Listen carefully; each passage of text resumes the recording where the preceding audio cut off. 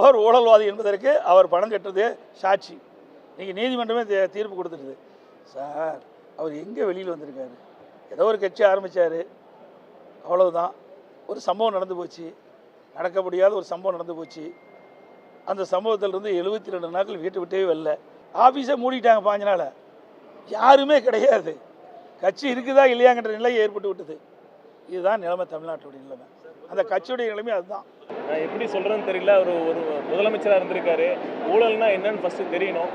இது வரைக்கும் ஒரு அரசு பதவியில் இருந்ததே கிடையாது. எதை வச்சு ஊழல்னு சொல்கிறாரு? ஊழல் தடுப்பு சட்டம்னா அவருக்கு தெரியுமா? ஒரு முதலமைச்சராக இருந்திருக்காரு. ரொம்ப பரிதாபமாக இருக்குது. யார் விமர்சனம் பண்ணுறதுன்னு அவசியம் இல்லை. வாங்குகிற சம்பளத்தை நான் வெளிப்படையாக இவ்வளோ தான் வாங்கினேன், நான் டேக்ஸ் கட்டியிருக்குன்னு சொல்ல முடியுமா? சொல்ல முடியாது. விஜயாவில் கருப்பு அதிகம், வெள்ளை குறைவு. இன்றைக்கி இந்த கட்சியை யாருடைய பணத்தில் நடக்குது? லாட்ரி பணத்தில் தான் நடக்குது. இன்றைக்கி கட்சியை லாட்டரி பணத்தில் இன்றைக்கி நடக்குது. எப்படி இருந்த கட்சி? அம்மா ஜெயலலிதா இருக்கும்போது எப்படி இருக்கும் கட்சி? அதிமுக கூட்டணி இருக்க கட்சியெல்லாம் யாருக்கிட்ட போய் நிற்கிறாங்க சொல்லுங்க? எல்லா கூட்டணி கட்சியும் டெல்லியில போறாங்க, பாஜகவோட சேர்றாங்க. பாஜக இந்த கூட்டணியை உருவாக்கிக்கிட்டு இருக்கு. ஐயா இபிஎஸ் உருவாக்கலை, அதிமுக உருவாக்கலை இந்த கூட்டணியை. அப்படி இருக்கும் பொழுது எப்படி இபிஎஸ் ஐயா இந்த கூட்டணிக்கு தலைமைன்னு சொல்ல முடியும்? உங்களால ஒரு கூட்டணியை உருவாக்க முடியாத பொழுது எப்படி ஒரு கூட்டணிக்கு நீங்க தலைமைன்னு நீங்க சொல்ல முடியும்? நீங்க மட்டும்தான் சொல்லிக்கலாம், நான் தான் தலைமை, நான் தான் தலைமை, நான் தான் தலைமைன்னு. உங்க கூட்டணி இருக்கவங்களே உங்களை மதிக்கல.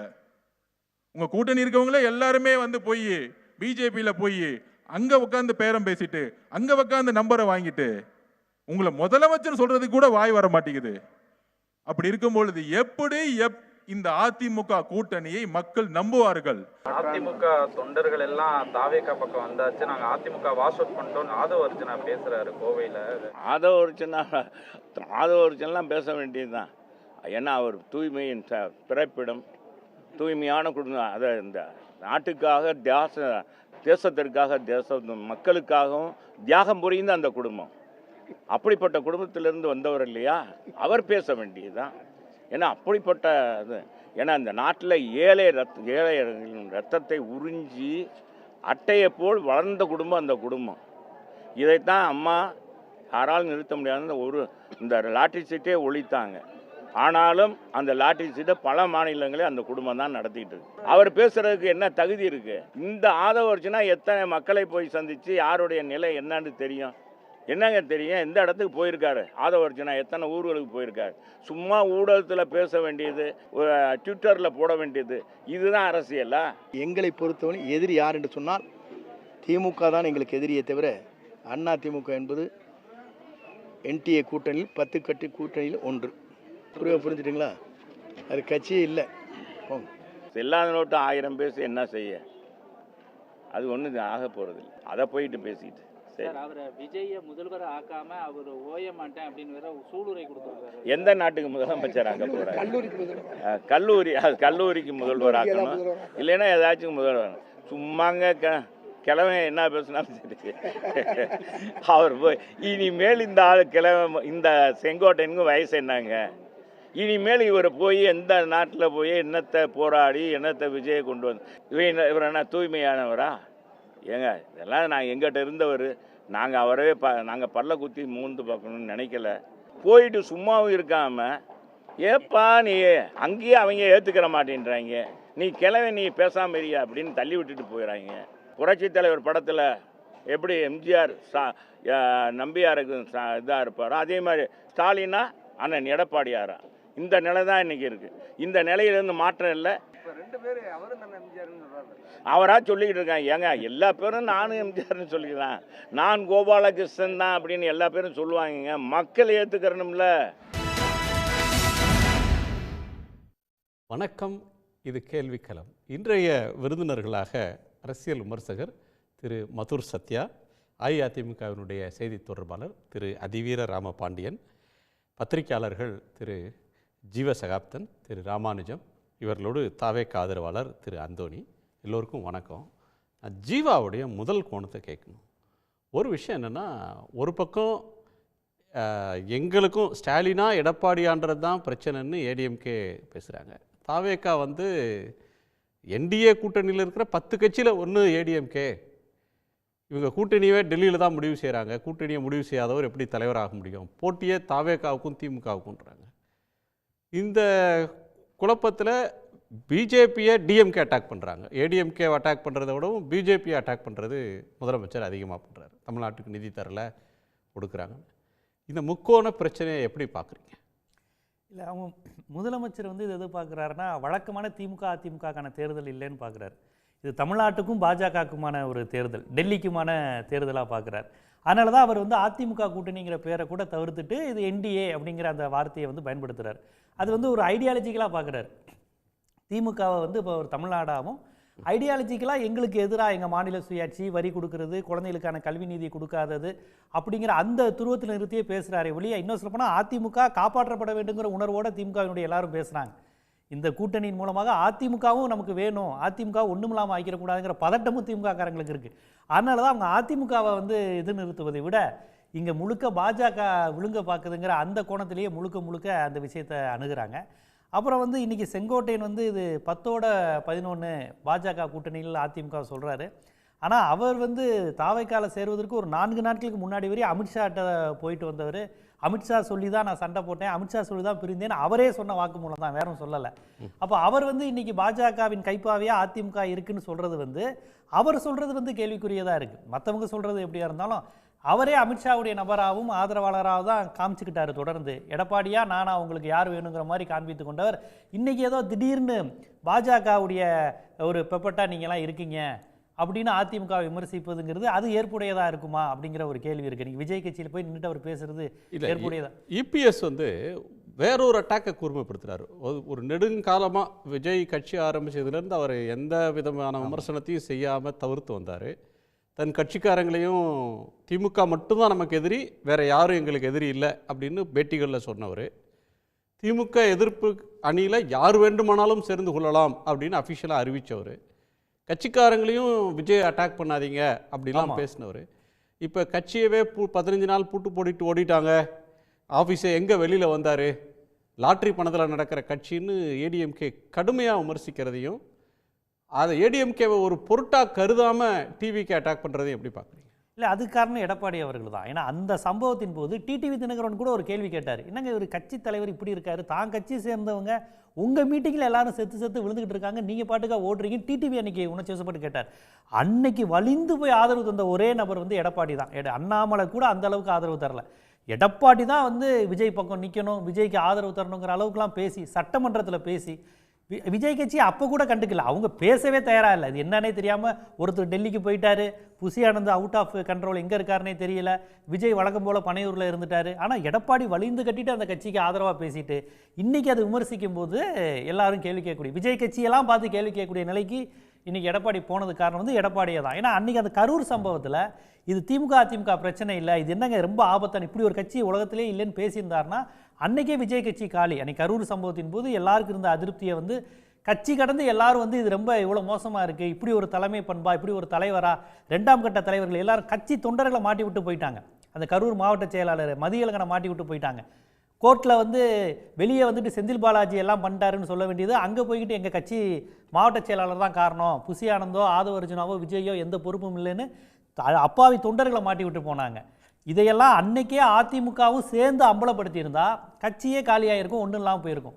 அவங்களுக்கு நம்பிக்கை கொடுத்து எங்கள் தமிழ்நாடு இதில் இருந்து டெல்லிக்கு மாற்றி சரி, ஒருவேளை ஒரு நேச சக்தியாக திமுக எதிர்ப்பில் அவர் பார்த்தாரு தாவேக்காவை, ஒரு பொட்டன்ஷியல் அலை நம்மளோட நாளைக்கு கூட்டணிக்கு கூட தேவைப்பட்டால் சேர்த்து கொள்ளலாம்னு கருதுகிற இடத்துலேருந்து ஏடிஎம்கே முற்ற நகர்ந்துருச்சு. ஆமாம், அந்த இடத்துலேருந்து இப்போ அதனால தானே இந்த பேச்சுக்கெல்லாம் வருது. இப்போ ஜெயக்குமார் அவர்கள் செல்லூராஜெலாம் அதானே பேசுகிறாங்க, ரொம்ப அசால்ட்டாக செங்கோட்டையனை பற்றிலாம் அவங்க அடிக்கிற கமெண்ட் இதெல்லாம் பார்க்கும்போது வந்து இனி வாய்ப்பு இல்லைன்னு தானே தெரியுது, கூட்டணிக்கு வாய்ப்பு இல்லை அப்படிங்கிற கோபத்தில் தான் போய் அவங்க விமர்சிக்கிறாங்களே ஒழிய தாவேக்கானுடைய அந்த அலட்சிய தன்மையை அவங்க ஒரு அறத்தோடு இருந்து அன்றைக்கி விமர்சனம் பண்ணியிருந்தா அதிமுகவும் வலிமையாக இருந்திருக்கும். அது மட்டும் இல்லை, என்றைக்கு எம்ஜிஆர் அவங்க தலைவர்னு சொல்லும் போதே இவங்கெல்லாம் சுதாரிச்சிருக்கணும், விமர்சனம் பண்ணியிருக்கணும். எங்கள் ஓட் பேங்க் எல்லாம் பண்ணு, திமுகவை திட்டுறீங்க, எம்ஜிஆரை பாராட்டுறீங்க, அப்போ இவங்களோட ஓட் பேங்க் தானே இயல்பாக போகுது. அந்த சுதாரிப்பு கூட இல்லாமல் அவங்க இருந்துட்டு கொடி பறக்குது. அப்படி மட்டும் ஒரு ஒற்றை பரிமாணத்தில் பார்க்க முடியுமா? வெறும் எம்ஜிஆரை அப்ராப்ரியேட் பண்ணி ஜெயலலிதாவை ஏற்றுக்கொண்டு இன்னைக்கு இருக்கிற ஏடிஎம்கே தலைமையை எள்ளி நகையாடிட்டு அல்லது கண்டுக்காமல் போனால் திமுக எதிர்ப்பு ஓட்டு வந்துடும் அப்படின்னு ஒரு புள்ளியில் பார்க்க முடியுமா? இன்னொரு கோணத்தில் ஃபாசிச பிஜேபின்னு பேசுகிறாங்க, பாஜக எதிர்ப்பு அப்படின்ற ஒன்றை தங்களுடைய இதாக சொல்கிறாங்க. அப்போ ஆன்டி பிஜேபி ஓட்ஸை கட் பண்ணுறதுக்கு சிறுபான்மை மக்களோ அல்லது ஒடுக்கப்பட்ட மக்களுடைய வாக்குகள் இப்போ வந்து பிஜேபி எதிர்ப்பில் உறுதியாக நிற்கிற ஒரு அணிக்கு போகுது. அதை உடைக்கிறதுக்கான ஒரு அட்டம்ப்டாக அதை பார்க்க அந்த முயற்சியும் இருக்குது, அந்த அசைன்மெண்ட்டும் இருக்குது. ஆனால் வந்து அவர் பேசுவது எல்லாமே திமுக எதிர்ப்புங்கிறப்ப இயல்பாகவே திமுக பிடிக்காத ஒரு கூட்டம் மிகப்பெரிய அளவில் இருக்கும்போது இயல்பாக ஒன்று அதிமுகவுக்கு விழும், கருத்தியல் ரீதியாக திராவிட குழுக்கு பிடிக்காதவங்க பிஜேபிக்கு போகும். இவர் அந்த ஓட் பேங்கை தான் உடைக்கிறார். பிஜேபி ஓட் பேங்கை உடைக்கிறாருன்னு சொல்ல மாட்டேன். அதிமுகவினுடைய அந்த ஓட் பேங்க், திமுக எதிர்ப்பில் இருக்கீங்களா, வாங்க நான் இருக்கேன், இப்போ அதிமுக தலைமை சரியில்லை, ஏன் அடுத்த தலைமையாக நான் வரேங்கிற மாதிரி அந்த மாதிரி ஓட் பேங்கை தான் அவர் திருப்பி திருப்பி பேசுகிறார். அந்த அவங்களுடைய மாநாடுகளில் கொடுக்குற அந்த பேட்டிகள்லாம் பார்த்தீங்கன்னா அந்த பசங்க இதுக்கு முன்னாடி யாருக்கு ஓட்டு போட்டிருக்காங்கன்னா விஜயகாந்த், சீமான், ஏடிஎம்கே அப்படி தான் சொல்கிறாங்க. ஸோ அவங்க ஆல்ரெடி ஏற்கனவே ஒரு 10-12% 2 திராவிட கட்சிக்கும் ஓட்டு போட மாட்டாங்க. ஒரு கட்சி வர்றப்ப பலதரப்பட்டவங்க, அதாவது இதுவரையும் ஓட்டே போடாதவங்க வரமாட்டாங்க, அது ஒரு சின்ன பர்சன்டேஜ் தான் இருக்கும். ஏற்கனவே கடந்த தேர்தலில் ஏதேனும் ஒரு நிலைப்பாடு எடுத்தவங்க ஒரு கட்சிக்கு போகிறதுன்றது இயற்கை. அதிவேறு ராமபாண்டியன் கேட்கணும், அதாவது அதிமுக ஓட்டுகளை அபகரிக்கிறாங்க அப்படின்னு என்ன வந்ததுனால ஏடிஎம்கே விஜயை விமர்சிக்குதா, இல்லை கூட்டணிக்கு முயற்சி பண்ணி அவர் இணங்கி வராதனால இந்த அட்டாக்கா? இல்லை, அதிமுக ஓட்டை அபகரிக்கிறதுக்கு விஜய் இல்லை, இன்னும் 10 ஸ்டார் வந்தால் கூட முடியாது. முன்று எம்ஜிஆர் அவர்களையும் புரட்சி தலைவி அம்மா அவர்களையும் புகழ்ந்து பேசிட்டா உடனே அதிமுகவில் இருக்கிறவங்கெல்லாம் பார்த்தீங்களா நம்ம தலைவரை புகழ்ந்து பேசிட்டார் ஓட்டு போடுவோம்னு சொல்ல மாட்டாங்க. இந்த மாதிரி எங்கள் தலைவர்களை பேசியவர்களெல்லாம் கடைசி தேர்தல் முடிவின் போது எங்களுக்கு ஓட்டு வாங்கி கொடுத்துட்டு தான் போயிருக்காங்க. அதனால் விஜய் வந்து இப்படி பேசிட்டாரு அதனால் நீங்கள் எதிர்க்கிறீங்களா அப்படிங்கிறது இல்லை. அடுத்து முதல்ல ப்ரொஜெக்ட் பண்ணும்போது அவர் திமுகவுக்கு தான் நான் எதிர்ப்பு அப்படின்னு சொன்ன மாதிரி ஒரு பிம்பத்தை கொடுத்தார். அதனால் நீங்கள் வந்து வலிந்து போய் விஜயை காப்பாற்றி விட்டீங்க அப்படின்னு சொன்னீங்க.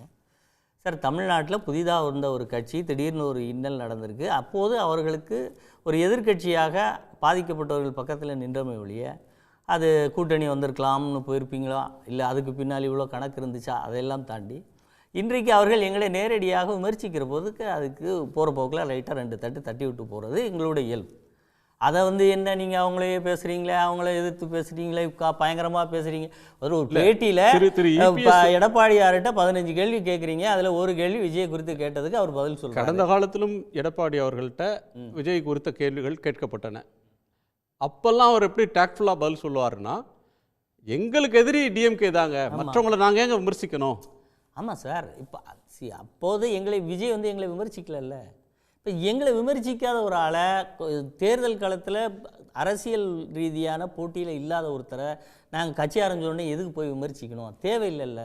இப்போ எங்களை விமர்சித்து பார்க்கலாம் என்று அவர்களுக்கு எண்ணம் தோன்றினால் அப்போது தான் நாங்கள் அவங்களை அடிக்க முடியும். அன்னெசரியாக எங்களுடைய எனர்ஜியை போய் அந்த பக்கம் எதுக்கு வேஸ்ட் பண்ணுவானே. ஓகே, அட்டாக் பண்ண பிறகு தான் அட்டாக், கவுண்டர் அட்டாக்ன்றார். கவுண்டர் அட்டாக் அப்படின்னா எடப்பாடியை நம்பி ஒருத்தனும் கூட்டணிக்கு வரமாட்டான்னு ஆதவர்ஜுனா பேசி வீடியோ வந்தது. அப்போல்லாம் லாட்ரிங்கிற விமர்சனம்லாம் வரவே கிடையாது. அப்போ அட்டாக்கெல்லாம் வரல. அது வந்து என்னென்ன கணக்குகள் கொஞ்சம் ஒன்றுமே இல்லை. இன்றைக்கி செல்லூர் ராஜு வந்து பத்திரிகையாளர் சந்திப்பில் வந்து பயங்கர நகைச்சுவையாக பேசினார். பார்க்குற எல்லாத்துக்குமே என்டர்டெய்னிங்காக இருந்ததுன்னு நினைக்கிறேன். அதில் யாருக்கும் மாற்று கருத்து கிடையாது. நல்ல விமர்சனங்களாக வச்சார். அதில் என்னன்னாரு, அவர் முதல்வர் ஆக்கிட்டு தான் வந்து செங்கோட்டையன் ஓய்வுன்னு சொல்கிறார் அப்படின்னோடனே எந்த நாட்டுக்கு அப்படின்னு கேட்டார்.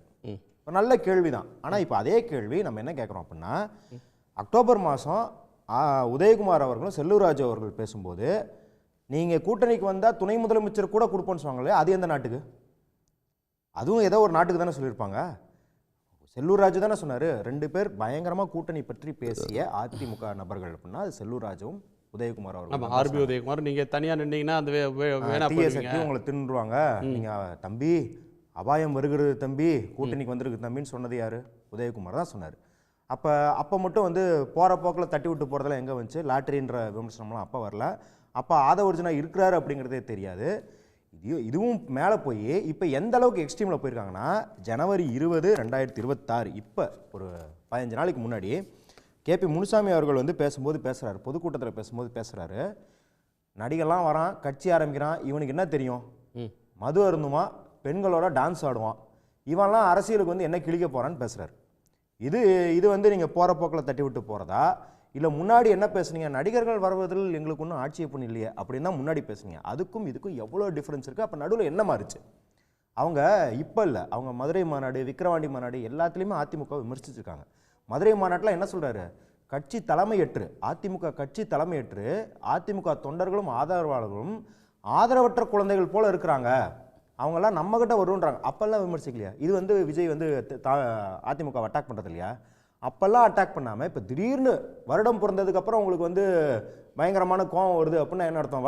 வருடத்தோடு சேர்ந்து வேறு ஏதோ பிறந்திருக்குன்னு இல்லை அர்த்தம். சார், தேர்தல் நெருங்க அந்த உஷ்ணம் அதிகரிக்கும் சார். யாரை அட்டாக் பண்ணுறாங்க, யாரை கண்டுக்காம விடுறாங்க, எதில் ஸ்ட்ராட்டஜிக் சைலன்ஸ் இருக்குது, எதில் வலிந்து அட்டாக் பண்ணுறது இருக்குது அப்படின்னு நம்ம டீகோட் பண்ணலாம். கண்டிப்பாக. இப்போ வந்து 15 நாள் அந்த ஆஃபீஸே மூடி கிடந்தது, ஆட்களே எங்கே வெளியில் வந்தாருன்னு திரு இபிஎஸ் கேட்குறாரு.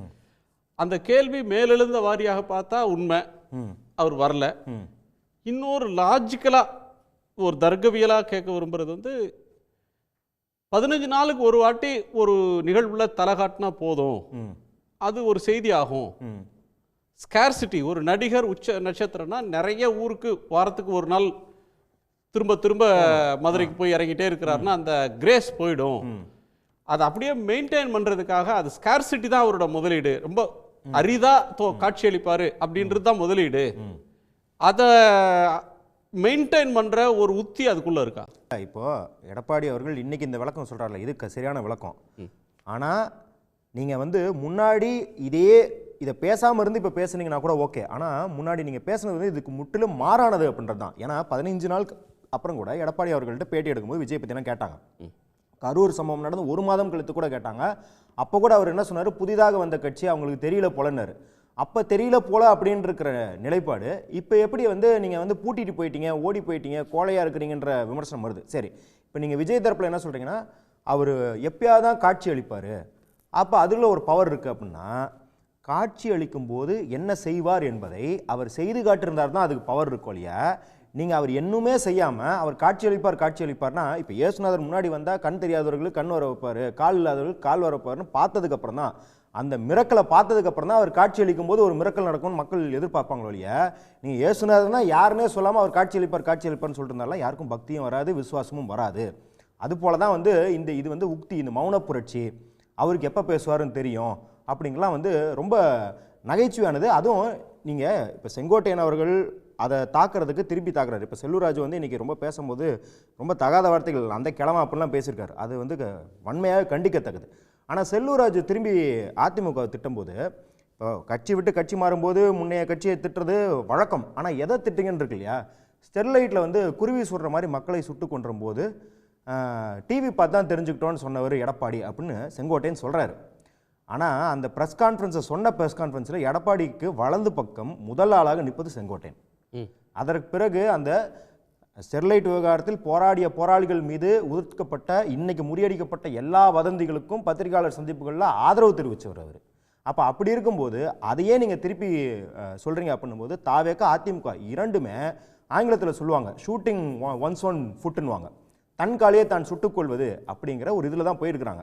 அது ஏன் இப்போ கால்னு சொல்கிறேன்னா, இன்னைக்கு கூட செங்கோட்டையன் என்ன சொல்லியிருக்காருன்னா, இந்த விமர்சனங்கள்லாம் கேட்கும்போது அஇஅதிமுக பற்றி கேட்கும்போது அவர் என்ன சொல்லியிருக்காருன்னா, 29 தொகுதிகள் இருக்குது என் கொங்கு மண்டலத்தில், அந்த 29 தொகுதிகளை வெற்றி பெற்று விஜயின் காலடியில் சமர்ப்பிப்பது தான் என் கடமைன்னு இருக்கார். நீங்கள் செங்கோட்டையன் இப்போ செல்லூர்ராஜு விமர்சனம் வந்து ஒரு விதத்தில் நியாயம். இவ்வளோ வயசானதுக்கப்புறம், இவ்வளோ அனுபவத்துக்கு அப்புறம் விஜயின் காலடியில் நான் சமர்ப்பிப்பேன்னு சொல்கிறது என்ன மாதிரியான சுயமரியாதை? அது எங்கேருந்து ட்ரைனிங் வருதுன்னா, அது அதிமுகலேருந்து தான் ட்ரைனிங் வருது.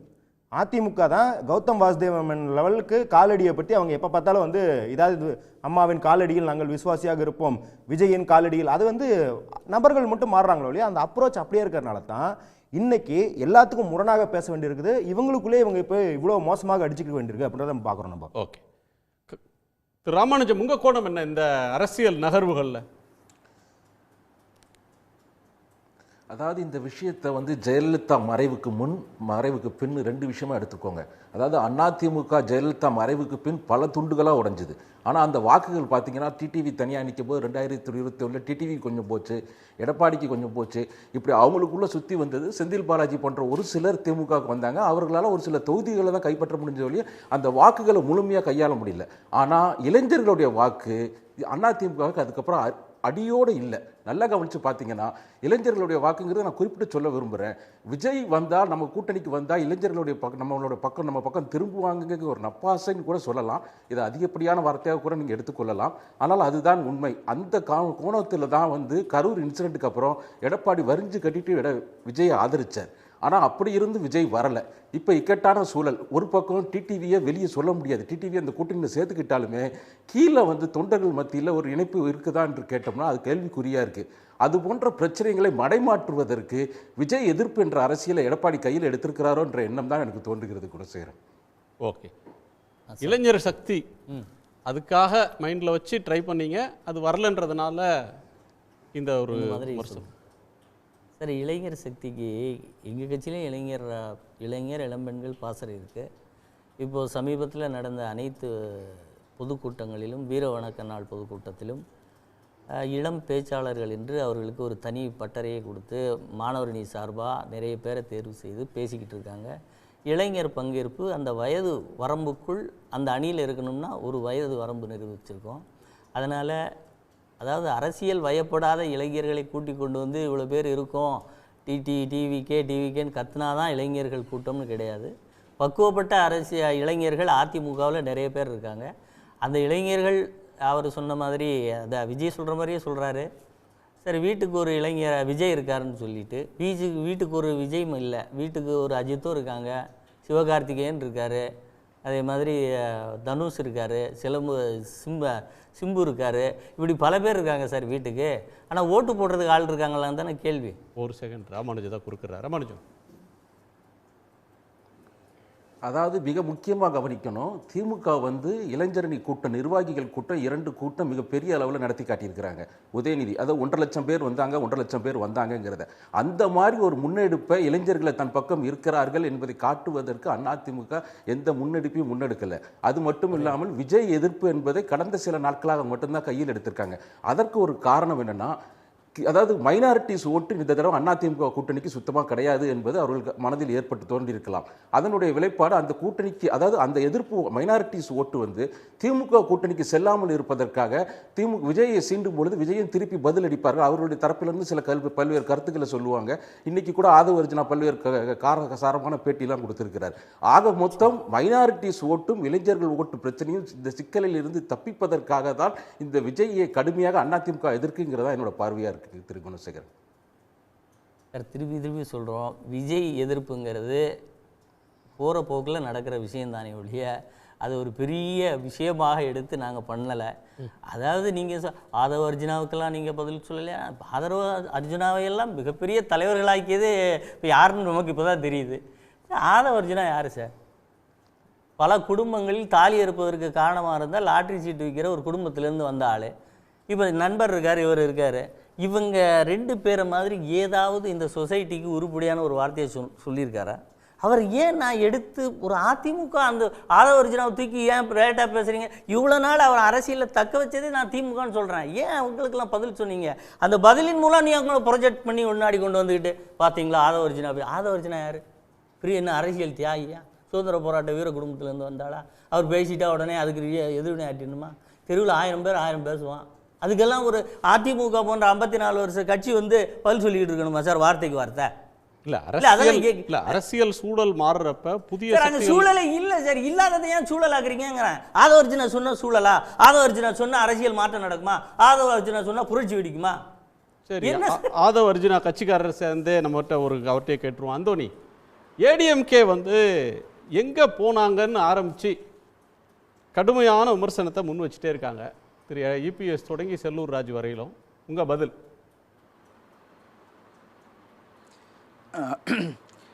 இவர் அண்ணன் செல்லூர் ராஜ் அண்ணனுக்கு சொல்லிவிட்டு முன்னாள் முதல்வர் எடப்பாடி ஐயாவுக்கும் பதில் சொல்லிக்கலாம்னு நினைக்கிறேன். மதுரைக்கு ஒரு பெருமை அப்படின்னாக்க சங்கத்தமிழ் வளர்த்த மதுரை அப்படின்னு சொல்லுவாங்க. 2வது கண்ணகி எரித்த அப்படின்னு சொல்லுவாங்க. அதுக்கடுத்து அழகர் ஆற்றுல இறங்குறது சித்திரை. ஆனால் உலகத்திலே அப்துல் கலாம் ஐயா அப்படின்னு ஒரு பெரிய விஞ்ஞானி ஒருத்தர் இருந்தார், உலகம் எல்லாருக்குமே தெரியும். அந்த சூழ்நிலையை மீறி உலகத்துக்கே அந்த வைகை ஆற்றுக்கு தர்மால் கோல் போட்டு ஒரு பெரிய விஞ்ஞானி அப்படின்னு நிரூபித்தது அவர் தான். அவர் இன்னைக்கு உட்காந்து எப்படி தர்மாக்கோல் போட்டு தண்ணியை மூடிடலாம்னு நினச்சாரோ அதே மாதிரி தான் அவர் சொல்கிறாரு. அவர் இந்த களத்தில் நிற்க மாட்டார் அப்படிங்கிற மாதிரி சொல்கிறாங்க. இன்னொன்று எடப்பாடி ஐயா அவங்க வந்து இப்போ சொல்லியிருக்காங்க அவங்களுடைய கருத்துக்களை. நம்மளுடைய கேள்விகள் ஒன்றே ஒன்று தான். உங்களை இன்னைக்கு எதுக்கு ஆரம்பிக்கலை? முதல் மாநாடு போடும் பொழுது இப்போயாவது என்ன சொன்னாங்க அப்படின்னாக்கா, இது ஒரு பெரிய கட்சி இல்லை, இவங்க கூட்டணி சரியில்லைன்னு தான் சொல்லிடுவாங்க. ஆனால் ஆரம்பத்தில் ஆரம்பிக்கையில் என்ன தெரியுமா சொன்னார்? அதிமுக அப்படிங்கிற ஒரு கட்சி புரட்சி தலைவர் எம்ஜிஆர் அவர்களால் உருவாக்கப்பட்டது, புரட்சி தலைவி அம்மா அவர்களால் கட்டி காக்கப்பட்டது. ஆனால் 2017க்கு அப்புறம் அது என்ன நிலைமைன்னு போச்சு, அவங்களுடைய தலைமை யார் இருக்கா அப்படிங்கிறத தெரியாமல் அந்தரத்தில் ஆடிக்கிட்டு இருக்க அப்படின்னு சொன்னார். அன்னைக்கு கோபம் வரல அப்படிங்கையில் எனக்கு என்ன யோசனை, ஒருவேளை பேசுனது கேட்கலையோ அல்லது அந்த நேரங்களில் ஏதாவது வேறு ஏதாவது மைண்ட் செட்டப்பில் இருந்துட்டாங்களா அப்படிங்கிறது ஒரு கேள்வியாக இருக்குது. ஏன்னா கிட்டத்தட்ட 2 வருஷம் ஆச்சு பேசி. அன்னைக்கு வராத கோபம் இன்னைக்கு விஜய் என்னென்ன எதுக்குறதுக்கான அந்த தமிழக வெற்றி கழகத்தை எதுக்குறதுக்கான நோக்கம் என்னன்னு நம்மளுக்கு தெரியணும்ல. ஏன்னா இத்தனை நாள் எதுக்கல, எங்கேயும் பேசாமலாம் கிடையாது. ஆரம்பத்தில் இருந்தே திமுகவை எப்படி எதிர்த்தாங்களோ அதே மாதிரி இந்த கட்சியை எதுவுமே இல்லைங்கிறாரு. அவர் என்ன சொல்றாருன்னா 2017க்கு அப்புறம் இந்த கட்சியே கிடையாது, தலைமை கிடையாது, எல்லாம் உடஞ்சு போய் கிடக்க பண்ணாரு. அன்னைக்கு கோபம் இல்லையா உங்களுக்கு? அப்போ இதெல்லாம் நம்ம எதில் கொண்டு போய் சேர்க்கறது? இன்னைக்கு வருது அப்படின்னாக்கா இவங்களுடைய நோக்கம் என்னவா இருந்துச்சுன்னு ஒரு கேள்வி இருக்குல்ல. இல்லை, இவங்கள்ட்ட ஒரு முக்கியமான விஷயம், செல்லூர் ராஜுவை பற்றி வேர்ல்டு ஃபேமஸ் தெர்மாக்குளுங்கிறாங்களே, இந்த மாதிரி மீம்ஸுக்கெல்லாம் வந்துக்கிட்டு இருந்தாலும் ராஜன் செல்லப்பா, செல்லூர் ராஜு, திண்டுக்கல் சீனிவாசன் இது மீம்ஸ் கிடையாது, மீம்ஸ் கிடையாது. இருக்கட்டும், ஏதோ இருந்த அதிகாரிகளை ஒரு பட்டம் விடையில இருங்க, ஒரே நிமிஷம் நான் சொல்லி முடிச்சிடறேன். நான் கேட்கிற கேள்வி சொல்லுங்க. பட்டம் விடையில அந்த இளைஞர்கள், ஒரு சின்ன குழந்தை இருக்குல்ல, பட்டம் விடையில எந்த பக்கம் காத்தடிக்கும்னு பார்த்து விடுவாங்க. ஒரு அவ்வளவு பெரிய வைகை ஆத்துல கொண்டு போய் நான் தர்மகால் போட்டா பறக்கும் தெரியாது. நான் ஒரு கலை யதார்த்தத்தை மட்டும் சொல்றேன். எம்ஜிஆர் நின்ன மதுரை மேற்கு தொகுதியில தொடர்ச்சியா வெற்றி பெற்றுக்கிட்டு தான் இருக்கிறாரு. செல்லூர் ராஜு வந்து தொடர்ந்து மக்களால் வெற்றி பெறுகிறார். திண்டுக்கல் சீனிவாசன், செல்லூர் ராஜு போன்றவர்கள்லாம் தொடர்ந்து அந்த தொகுதியில் வெற்றி. இவங்க சொல்றாங்க அவங்களை கிண்டல் பண்றாங்க, கேலி பண்றாங்கன்னு சொல்றாங்கல்ல. விஜய் உருவாக்குற இந்த பிம்பமும் யதார்த்தத்தில் இவங்க திமுக மீது இவங்க உருவாக்குற பிம்பமும் தான் வேற வேறையா இருக்கு. செல்லூர் ராஜு அப்போ தோற்கடிக்கப்பட்டிருக்கணும்ல. இந்த அளவுக்கு இவங்க கிண்டல் பண்ணியிருக்காங்க, இவங்களாம் ஒரு விஞ்ஞானியெல்லாம் சொன்னாங்க. அது விமர்சனம், அந்த விமர்சனத்தை நான் மறுக்கல. ஆனால் மதுரை மேற்கு தொகுதியில் ஏன் அப்படி தொடர்ந்து அவர் வெற்றி பெற்றுக்கிட்டு தானே இருக்கிறார் அவர்? இல்லை, இன்னைக்கு கடம்பூர் ராஜு வந்து ஃபோன் எடுத்து காட்டுறாரு, விஜய் என்னை தனியாக சந்திச்சாரு, படத்துக்கு வந்து பர்மிஷன் வாங்குறதுக்கு என்னை சந்திச்சாருன்றாரு. இந்த ஃபோட்டோ வந்து இப்போ தான் தேடி கொண்டு பிடிச்சாரா? இதெல்லாம் எப்போ வச்சுருந்துருக்காங்களா? இன்றைக்கி அந்த ஃபோட்டோவை காட்டி திட்டுற அளவுக்கு என்ன தேவை வருகிறது கடம்பூர் ராஜுக்கு? இல்லை செல்லூர் ராஜுக்கு இவ்வளோ வந்து வீரியமாக பேசுறதுக்கு என்ன வருது? போகிற போக்கில் திட்டுறது தான் நீங்கள் வந்து அசிஸ்டண்ட்டை சொல்லி என்ன காரணம் நினைக்கிறீங்க? நீங்கள் நினைக்கிறீங்க? இல்லை, அதுதான் கூட்டணி வரணும்னு நினச்சாங்க. கூட்டணி வராத போது விஜய்க்கு எவ்வளோ ஆதரவு கொடுத்தாங்க. அவர் ஆதவ அர்ஜுனா வந்து ஜெயலலிதா அம்மா இருந்தபோது கட்சி எப்போ இருந்தது? ஜெயலலிதா அம்மா இருந்தபோது தலைவா படம் எப்போ வந்தது? ஜெயலலிதா அம்மா என்ன பண்ணாங்க? அவங்களுக்கு நீங்கள் என்ன பண்ணீங்க? ஒன்றும் இல்லை சார், விஜய் வந்து இப்போ விமர்சிக்கணும். தலைவா படத்தை பற்றி இருங்க. தலைவா படத்தோட முழு கதையை சொல்லுங்க ஃபர்ஸ்ட். தலைவா படத்தில் எங்கே தடை செய்யப்பட்டுச்சு? தமிழ்நாட்டில் மட்டும் எல்லா மாநிலத்திலையும் அந்த படம் ரிலீஸ் ஆயிடுச்சு. அப்போ அந்த தயாரிப்பாளர் என்ன ஆகிறாரு, படத்தை இதுக்கு மேல நம்ம விடல அப்படின்னாக்க நம்ம நஷ்டம் ஆயிடுவோம் அப்படின்னு நெஞ்சு வலியில போய் ஹாஸ்பிட்டல்ல படுக்கிறாரு. அப்ப இவரோட வேலை என்ன, இந்த படத்துல நடிச்சுட்டேன், நீ ஓட்டு போ, ஓட்டாம போ அப்படின்னு சம்பளம்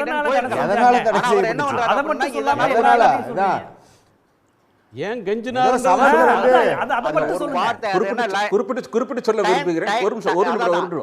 டைம் டு லீட்ங்கிற வார்த்தை நீங்க பயன்படுத்தி, அதனால அந்த வார்த்தையை எடுத்தா மட்டும் தான் வெளியிடப்படும் சொல்லப்பட்டாங்க. அதனால அந்த படம் தடைப்பட்டது. டைம் டு லீட் அப்படிங்கிற ஒரு வார்த்தைக்கு தான் 54 வருஷமா அரசியல் கட்சி வச்சிருக்க. நீங்க பயந்தீங்களா? அப்ப நீங்க தான் தடை பண்ணது. அப்படித்தானே நீங்க சொல்றீங்க. ஒரே ஒரு வார்த்தைக்காக ஒரு படத்தை தடை பண்ணீங்க. யார் பயந்தா யாரு இப்பதான் புரிஞ்சு தெரியும் அம்மா நீங்க. அண்ணா அதான் சொல்றேன் சார். முதல் மாநாட்டுல விஜய் என்ன ஒரு வார்த்தை சொன்னாரு, நெருக்கடி வரும்போது காலில் வந்து விழுந்து எல்லா மரியாதையும் செஞ்சு என்னை எப்படியாவது தப்பி விட்டுருங்கன்னு சொல்லிட்டு இவங்களோட எல்லா முறையுமே எப்படி இருக்குன்னா சார், எனக்கு இந்த நகைச்சுவை தான் ஞாபகம் வருது. ஒரு பையன் ரொம்ப மறைஞ்சு போய் மாவு வாங்கிட்டு வருவான். ஏன்பா அப்படி வந்து வரணும், என்னை எங்கள் வீட்டில் நைஸாக வாங்க சொன்னாங்கன்னு. நீங்கள் சொல்கிறீங்க மதுரை மாநாட்டில் எங்களை திட்டினது, இன்னைக்கு இப்படி சொன்னதுனால மதுரையிலே திட்டிருக்காரு தேடி பிடிச்சி சொல்கிறீங்களே ஒழிய நீங்கள் இன்னைக்கு திட்டீங்களா? இல்லை, அடுத்து ஒன்று சார், நாங்கள் அவர் எப்படி பார்க்குறோன்னா சார் 2 வயசு ஆன குழந்தை அது ஆரம்பிக்குது. ஃபஸ்ட்டு அண்ணான்னுச்சு, அதுக்கப்புறம் கொஞ்ச நாள் படிச்சுட்டு வந்து எம்ஜிஆர்னுச்சு, அதுக்கடுத்து திட்டங்களை தெரிஞ்சுட்டு வந்து அம்மானுச்சு, அதுக்கப்புறம் இப்போ மருத்துவக் கல்லூரிகள் 7.5% ஒதுக்கீடு இதெல்லாம் போய் களத்தில் போய் பார்த்துச்சுன்னா எடப்பாடியார் வாழ்கன்னு சொல்ல போகுது. இதுக்கு தான் சார் அதோட அப்டேஷன் எப்படி வந்துகிட்டு இருக்குன்னு பாருங்க. இது போய் நம்ம வளரும் பயிர மொழியிலே கிள்ளக்கூடாதுன்னு சொல்லிட்டு நாங்களும் கொஞ்சம் அலோவ் பண்ணோம். அரசியல் ரீதியா ஒருத்தரை எப்போ அடிக்கணும்னு இருக்கு சார். எடுத்த உடனே அது எதுக்கு அடிக்கணும்? செங்கோட்டையன்ற அந்த குழந்தைக்கு எதுவுமே தெரியாம ஒரு நிமிஷம் அவர் செங்கோட்டையன் நீங்க விமர்சிச்சீங்க இல்லையா குழந்தைன்னு, நான் விமர்சிக்கல, நீங்க தான் குழந்தை கத்துக்கல. இல்ல அதான் சொல்றேன். இல்ல நீங்க சொன்ன வார்த்தை வந்து ரொம்ப சரிங்கிறத நான் சொல்றேன். எப்படின்னா அதிமுகக்குள்ள தனிப்பட்ட எபிலிட்டி இல்லாமலே ஒரு மனிதன் இருந்து இத்தனை முறை ஜெயிச்சுட்டு வெளியே வந்து தன்னுடைய எபிலிட்டி இதுதான் காமிக்கும் போதுதான் அப்ப அதிமுக என்பதுதான் எபிலிட்டியை ஒழிய உள்ளே இருந்து வெளியே வந்து போனவங்க எபிலிட்டி கிடையாது. அது நல்லா பாத்தீங்கன்னா திமுகவில் இன்றைக்கு அமைச்சரவையில் 1/3 இவர் சொன்ன மாதிரி இந்த எபிலிட்டி இல்லாத இந்த உடஞ்சு போறேன் இல்ல நொறுங்கி போறேன் அதிமுக இருந்து சலிச்சு விட்ட இதை வச்சுதான் சார் கட்சி நடந்துகிட்டு இருக்கு அதிமுக கட்சியே. அதனால அந்த ஐடியாலஜி பேசுறாங்க. இல்ல அதிமுக எப்ப எதாச்சும் நாங்க திமுக வாழட்டும்னு இங்க இருந்து அனுப்பி விட்டவங்கள தூக்கி வச்சு நீங்க கட்சி நடத்த நீங்க வந்து எங்களை பாத்தீங்களா அதிமுக அப்படி இருக்கும், அங்க இருக்கிறவங்க எல்லாம் இப்படி போவாங்க. என்ன வேடிக்கை சார் இது? யதார்த்தத்துல எங்கேயாவது இருக்கா? அப்படி நீங்க ஏதாவது காமிங்க. அந்தோனி ஆனால் இப்போ அவர் சொல்கிற மாதிரி அதிமுகலேருந்து வந்த நபரால் தான் தாவேக்கா வளருது அப்படிங்கிறது எப்படி சாத்தியமா? ஏன்னா அதிமுகலேருந்து வர்றவங்க தன்னுடைய தாய் கட்சி முத அதிமுக ஆரம்பிக்கிறதுக்கு முன்னாடி இருந்த திமுக கட்சிக்கு போய் சேர்றாங்கல்ல, அவர்களை யாராவது பேசுகிறாங்களா? கிடையாது. அங்கேருந்து வந்தார். இப்போ இவங்க சொல்கிற மாதிரி செங்கோட்டையனுக்கு மதிப்பு இல்லாமல் இருக்கா? இன்னைக்கு கொங்கு மண்டலத்தை வந்து பாருங்க, அவருக்கான மதிப்பு வெளியே மதிப்பு இருக்கட்டும். அவர் பேசும்போது விசில் அடிக்காம இருக்கீங்களா உங்க தொண்டர்கள்? பாவம், அவர் நேற்று டென்ஷனா இதை ஒன்றும் பண்ண முடியாது கிளம்பி போயிட்டார். வெளியே இருக்கிறவங்க மதிக்கிறதா அப்போ இருக்கட்டும். இல்ல இப்போ இவங்க நீங்க தலைவா படத்தை சொல்றீங்க, சர்க்கார் படம் வரும்போது எடப்பாடி அவர்கள் அந்த படத்துக்கு அந்த போஸ்டரை கிழிச்சாங்க. அம்மாவுடைய இலவச திட்டங்களை இழிவுபடுத்தி வருதுன்னு கிழிச்சாங்க. அப்ப செங்கோட்டையனும் சேர்ந்துதான் சர்க்கார் படத்துக்கு எதிராக இருந்தார். எங்க அதை மறுக்க சொல்லுங்க பாப்போம். செங்கோட்டையன் சர்க்கார் படத்துல செங்கோட்டையனுடைய நிலைப்பாடு என்ன? செங்கோட்டையன் போஸ்டர் கிழிச்சாரா? செங்கோட்டையன் வந்து போஸ்டர் கிளிப்பாரு, பிளாக் டிக்கெட் விப்பாராங்க. எடப்பாடியார் தயவுல அமைச்சரா இருந்தாரு. இதுவரைக்கும் செங்கோட்டையன் பெரியார் புரட்சி தலைவர் பீரியட்ல அமைச்சரா இருந்தாரா? புரட்சி தலைவர் அம்மா பீரியட்ல அமைச்சரவையில இருந்து தூக்கி எறியப்பட்டார்.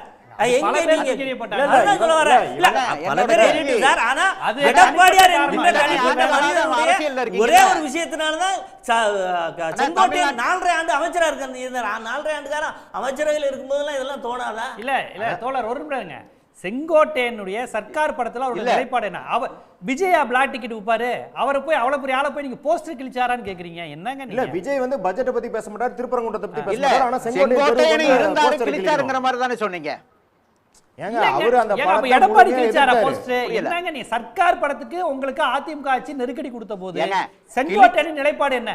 நீங்க ஜெயலலிதா பீரியட் வருங்க, எடப்பாடி பிரச்சனை செஞ்ச போது செங்கோட்டையன் யார் பக்கம் நின்றாரு?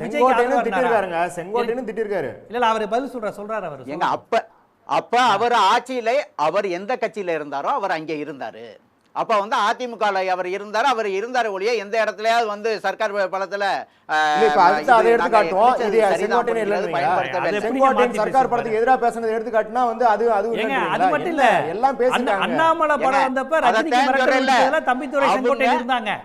நீங்க பழைய வரலாறுலாம் எடுத்து பாத்தீங்கன்னா நீங்க இப்ப எதையுமே பேச முடியாது. நீங்க எம்ஜிஆர் ஜெயலலிதா அவங்க அந்த கட்சியில இருக்கும் பொழுது அந்த கட்சிக்கு ஆதரவாக தான் இருப்பாங்க யாரா இருந்தாலும் சரி. இப்ப ஒரு கட்சியில இருக்காங்கன்னா அவர் அங்கிருந்து வந்தது என்ன காரணம் அப்படிங்கறதெல்லாம் நம்ம உள்ள போறதோட அது அவங்களுடைய தனிப்பட்ட விஷயம்.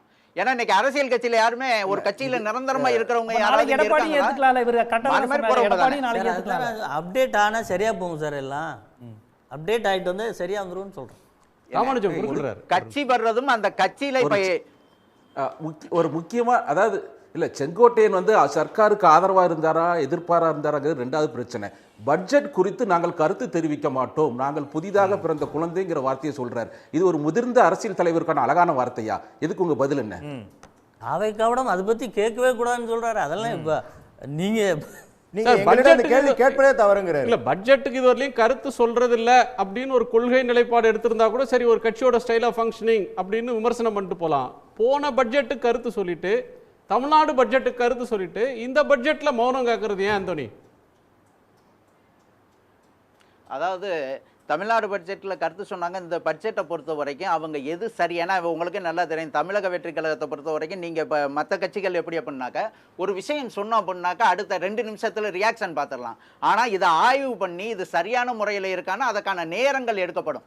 நேரம் எடுத்து அதை சொன்னோம்னா ஒரு குரூப் சொன்னா அந்த வார்த்தையில சரியா இருக்கணும். மறுபடியும் மாத்தி பேச நேரம் தேவையில்லையா? ஒரு 10 வருஷம் 15 வருஷம் இளைஞர்கள் நிறைந்த இல்ல இல்ல சார், ஒரு செகண்ட் விஷயத்தை அனலிட்டிக் பண்றதுக்கு இவ்வளவு டைம் ஆச்சு. இல்ல ஆந்தோனி, இது என்ன மாதிரி இளைஞர்கள்னு பெரிய டவுட். கரெக்ட். அதாவது ஒரு பட்ஜெட் மாதிரி முக்கியமான விஷயத்துல கருத்து சொல்றதை வந்து ஆற அமர்ந்து தீர விசாரிச்சு சொல்லணும்ன்றீங்க. சரி, பிப்ரவரி 1 பட்ஜெட் வந்தது, இன்னைக்கு தேதி 9. இந்த 8 நாளில் பட்ஜெட்டோடைய சாதக பாதகங்களை கண்டுபிடிச்சிருக்க முடியாத அவங்க கட்சியால். அன்னைக்கே முதலமைச்சர் சொன்னார் தமிழ்நாட்டுக்கு வழக்கமாக ஒரு திருக்குறள் சொல்லுவாங்க, அது கூட சொல்லலை. எந்த திட்டத்துக்கும் பணம் தரலை, தமிழ்நாட்டை முற்றா புறக்கணிச்சிட்டாங்கன்னு திமுகவும் மற்ற கட்சிகளும் விமர்சிக்கிறாங்க. தாவேகா பிஜேபியை விமர்சிக்க கூடாதுன்றதுக்காக பட்ஜெட் மேலே கமெண்ட் பண்ணாமல் இருக்கீங்களா? இல்லை, பிஜேபியை எங்கேயும் விமர்சிக்காமல் இல்லை, பட்ஜெட்டை குறித்து இப்போ தமிழக முதல்வர் நம்மளுக்கு வந்து பணம் கொடுக்கல, நம்மளுக்கு வர வேண்டிய நிதி வரல அப்படிங்கிற எல்லாத்தையும் அவங்க கொடுத்துருக்க பட்ஜெட் அவங்க என்ன சொல்கிறாங்க, நாங்கள் இத்தனை % ஜிஎஸ்டி கொடுக்குறோம் அதை கொடுக்குறோம்னு சொல்கிறாங்கல்ல. இது சரியாக வந்திருக்கான்னு ஆய்வு செய்கிறதுக்கு கம்பல்சரி குறைஞ்சது உண்மையை கண்டறியறதுக்கு 10 to 15 நாள் ஆகத்தான் செய்யும். அதை தெரிஞ்சு உண்மையை பேசுவோம், தெளிவா பேசுவோம் இருக்கலாம். இல்ல எனக்கு சேர்த்து நான் வந்து கணவனாக கிள்ளி தான் பார்த்துக்கணும்.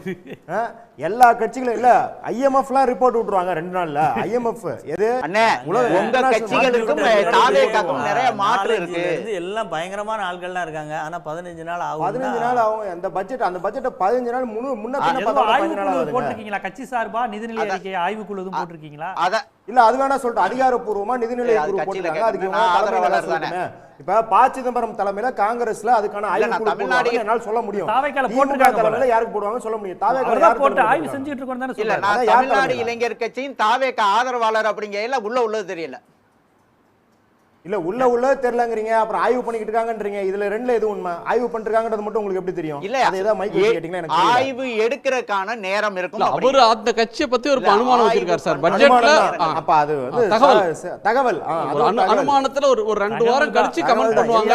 தகவல் தாங்க. ஓகே, நம்ம பட்ஜெட் கமெண்ட் சொல்றீங்களே, ஒருவேளை நான் எனக்கு சந்தேகமா இருக்கு. இப்போ பட்ஜெட்டு வந்து ஆளுங்கட்சி ப்ரெசென்ட் பண்ணும், ஒரு நாள் இடைவெளி விடுவாங்க, அடுத்த நாள்லேருந்து விவாதம் தொடங்கும். எதிர்க்கட்சிகள் வந்து அதில் என்னென்ன தவறு இருக்குது, எதை விட்டுட்டாங்க, எதுக்கு பட்ஜெட் அலோகேஷன் பண்ணல, என்னென்ன பிழைகள் இருக்குன்னு சொல்லி அவங்க விமர்சனம் பண்ணி சட்டமன்றத்திலையும் விவாதம் நடக்கும், நாடாளுமன்றத்திலையும் அந்த பட்ஜெட் மேலே விவாதம் நடக்கும். ஒரு கேள்வி அதோட சேர்த்து கேட்டுக்கிறேன். ஒன்றிய பட்ஜெட்டை ஆராய 10-15 நாள் வேணும். ஆனால் தமிழ்நாடு பட்ஜெட்டுக்கு 6 மணி நேரத்தில் விடும்போது அதில் பொய்யா சொல்லிட்டாங்களா, ஆய்வு பண்ணாமல் முந்திரி கொட்ட மாதிரி சொல்லிட்டாங்களா என்ன? அது மட்டும் எப்படி 15 நாள் எடுக்காமல் 6 மணி நேரத்தில் அறிக்கை வந்தது? அதுக்கு தெளிவு சொல்லிட்டாங்கன்னா நான் பொருளாதாரம் கற்றுப்பேன். ஏதாவது கருத்து இருக்கா ஆந்தோனி? இல்லை, தமிழ்நாட்டு அரசியலில் இப்போ இல்லை, தமிழ்நாட்டு அரசியலில் பயணிச்சுக்கிட்டு இருக்காங்க, அன்னன்னைக்கு உள்ளது எல்லாம் பார்த்துக்கிட்டு இருக்காங்க. அதனால இந்தோனேஷியா அரசியல் பயணிக்கிறாங்க. எனக்கு புரியல, இந்தியாவில் தானே இருக்கு தமிழ்நாடு. ஏங்க, இப்ப தமிழ்நாட்டுக்கு தனியா பட்ஜெட் போடாம இந்தியா பட்ஜெட்டோட முடிய வேண்டியது. நான் சொல்றது தமிழ்நாட்டு பட்ஜெட்டை நீங்க கேட்டீங்க, அதுக்கு நான் சொன்னேன். அதுக்கு எப்படி பட்ஜெட் வருதுன்னா அவங்களோட நிதி என்ன வந்திருக்கு எல்லாம் தெரியணும்ல. அதுக்கு 15 நாள் வேணாம். இல்ல, முன்கூட்டியே உங்களுடைய பட்ஜெட்டை ஆய்வு பண்ணிக்கிட்டு இருக்காங்க. அது கரெக்டா நீங்க அறிவிக்கிறது இங்க எல்லாமே எடுத்து வைக்கிறது தெரியாதா? ஒன்றிய பட்ஜெட்டுக்கு எக்கனாமிக் சர்வேன்னு ஒன்று விடுவாங்க தெரியுமா தெரியாதா? அது வந்து எத்தனை நாள் ஆச்சு? அதை பத்தி ஏதாவது கருத்து சொன்னீங்களா? அது பட்ஜெட்டுக்கு முன்னாடியே வந்துடும். அது பட்ஜெட் அன்னைக்குலாம் வராது. கவனம் செலுத்துவாங்க. சரி, ஒரு கேள்வியை நேருக்கு முன்னாடி வைத்திருந்தோம். யூடியூப்ல ஒரு கேள்வியை நேயர்கள் என்ன சொல்றாங்கன்னு. தேசிய ஜனநாயக கூட்டணியில் இருக்கிற 10 கட்சிகளில் ஒன்று தான் அதிமுக அப்படின்னு திரு செங்கோட்டையன் விமர்சனம் செய்திருந்தாங்க. ஏற்கிறேன் அப்படின்னு 76% பேரும், மறுக்கிறேன் அப்படின்னு 19% பேரும் கருத்து இல்லை அப்படின்னு 5% பேரும் கருத்து சொல்லியிருக்கிறாங்க. தேசிய ஜனநாயக கூட்டணியில் 10 கட்சிகளில் ஒன்றுன்னு ஏறத்தாழ ஜீவசகாப்தன் முதலமைச்சர் திரு ஸ்டாலின் அவர்களும் கூட இந்த லைனில் சொல்லலை, அவர் என்டிஏ பழனிசாமி அப்படின்னு விமர்சனம் செய்திருந்தாங்க. இப்போ முதலமைச்சர் வேட்பாளராக எடப்பாடி பழனிசாமி அந்த கூட்டணியால் முன்னிறுத்தப்படுறாரு. அவர் முன்னாள் முதலமைச்சர், இன்னைக்கு எதிர்க்கட்சி தலைவர், அதிமுகவோட பொதுச் செயலாளர். தமிழ்நாட்டில் அதிக இடத்துல நிற்க போகிறது அந்த கூட்டணியில் அதிமுக தான். இருந்தபோதும் ஏடிஎம்கே அந்த கூட்டணியை லீட் பண்ணல, அவங்களா கூட்டணியை உருவாக்குறாங்க, அவங்களா கூட்டணிக்கு தலைமை தாங்குறாங்க, அவங்களா எண்ணிக்கையை முடிவு பண்ணுறாங்க அப்படின்னு பேசுகிறதையும் என்டிஏல ஒரு சின்ன அங்கங்க அப்படின்னு சொல்கிறதும் சரியான விமர்சனம். ஆவேகா பண்ணுகின்ற விமர்சனங்கிறது வேற. அவங்க நேற்று வரையும் கண்டுக்காமல் இன்றைக்கி விமர்சனம் பண்ணுறதுங்கிறதுல, பட்டு தமிழ்நாடு அரசு திமுக அதை விமர்சனம் பண்ணுவது அப்படிங்கிறத நம்ம ஒரு அரசியல் தொலைநோக்கோட தான் பார்க்கணும். ஏன்னா அதிமுக ஜெயலலிதா கூட்டணி வச்ச போது இந்த மாதிரி விமர்சனங்கள் வரலை. வாஜ்பாயை அவங்க 13 மாதத்தில் இன்றைக்கி தான் நிம்மதியாக தூங்க போகிறேன், என் ஆட்சியவே கலைச்சிட்டிங்க ஒரு வழின்னு ஜெயலலிதாவை பார்த்து கும்பிட்ட வாஜ்பாயையும் நம்ம பார்த்துருக்கோம். அப்படி அதிமுகவையும் நம்ம பார்த்துருக்கோம். அப்படி ஒரு அதிமுக பாஜக கூட்டணியை பார்த்து தமிழ்நாட்டில் யாரும் பாஜக கைப்பிடியில் ஜெயலலிதா இருக்கிறாங்க, அதிமுக இருக்காங்கன்னு சொல்லலை. இன்னைக்கு பிரதமர் வராரு, கடைசியாக பேசும்போது ஏதோ பேசுகிறாரு. 3/4 மணி நேரத்தில் அதிமுகங்கிற பேரே இல்லை. தமிழ்நாட்டின் பெரிய கட்சி உங்கள் கூட்டணியில் அது மட்டும்தான் கட்சி, மற்ற எல்லாமே அந்த அளவுக்கு ஒன்றும் பெரிய கட்சி கிடையாது. அவர் பாட்டுக்கு அதிமுகங்கிற பேரே இல்லை. எடப்பாடி பழனிசாமி இல்லை, அதிமுகங்கிற கட்சி பேரையே சொல்லாமல் 50 நிமிஷம் பேசினார் இந்தியில். மோடி அவர்கள் பேசினாங்க. அப்புறம் இதை நம்ம எப்படி சொல்ல முடியும்? இது வேற யார் காலத்துலேயே நடக்குமா? இது இவங்களை இப்படி தான் கடந்த காலத்தில் அதிமுக காங்கிரஸ், அதிமுக பாஜக உறவு இருந்ததா? லீடு அதிமுக தானே, மாநில கட்சி தானே இருக்கணும். எண்ணிக்கையிலையும் பெரிய கட்சி, இயல்பாகவும் மாநிலத்தில் பெரிய கட்சி அவங்க தான். அவங்க பேரையே சொல்ல மாட்டேங்கிறாங்க. அப்பப்போ கூட்டணி ஆட்சிங்கிறாங்க, அப்பப்போ அமைச்சரவையில் பங்கு அப்படிங்கிறாங்க.